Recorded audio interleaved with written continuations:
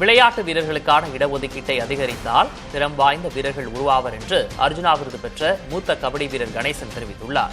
Bison களமாடன் திரைப்படம் மூலம் இளைய தலைமுறையினர் மத்தியில் பிரபலமாகியுள்ள தூத்துக்குடி மாவட்டத்தைச் சேர்ந்த கபடி கணேசன் புதிய தலைமுறைக்கு அளித்த தனித்த பேட்டியில் ஒவ்வொரு விளையாட்டு வீரரும் தங்கள் விளையாட்டில் மனமொன்றி செயல்பட வேண்டும் என்று அறிவுரை கூறினார். என்னோட பையன் சொன்னா, அப்ப இவ்வளவு கஷ்டப்பட்டதே என்கிட்ட ஏன்பா சொல்லணும்னு சொன்னா, என்னோட கஷ்டத்தை உங்கள்கிட்ட காமிச்சோம் அது நல்லா இருக்காதுல்லப்பா. எங்க அப்பாவோட கஷ்டம் எங்க அப்பா என்ன என்கிட்ட காமிச்சதே இல்லை. நான் 10 ரூபா கேட்டா கூட எங்க அப்பா 20 ரூபா கொடுப்பேன். அந்த காலகட்டத்தில் அது எங்க கடன் வாங்கி கொடுப்பாருன்னு அவருக்கே தெரியாது. அப்படி பண்ணி கொடுத்தாங்கன்னு சொல்லி என் பையன்கிட்ட சொன்னேன். கபடிக்கு மட்டும் இல்ல, நான் எல்லா விளையாட்டுக்குமே நான் சொல்றது இப்ப 3% கோட்டாவை கொடுத்திருக்காங்க. உண்மையிலே அது பெருமையா இருக்கு.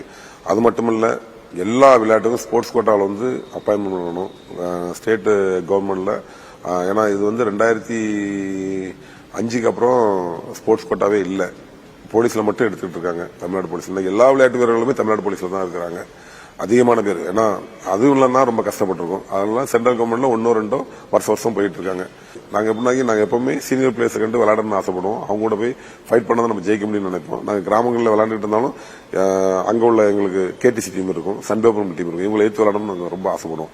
அதனால ஸ்பிக் டீமுக்கு நாங்க போய் கெஸ்ட் அனுப்புவோம். அப்புறம் விபி பிரசன் டீம் ஆடணும் நாங்க செட் பண்ணி. இப்பெல்லாம் ஒவ்வொரு டீம் திறமை வளர்த்துக்கிறதுக்கு நாங்க ஆசைப்பட்டோம். அப்போதான் நாங்க கவர்மெண்ட் எங்களை பார்த்து எங்களுக்கு வேலை வாய்ப்பு கொடுத்தாங்க. அதனால வேலை வாய்ப்புகள் அதிகமா இருந்தா இளம் வீரர்கள் அதிகமா உருவாவாங்க.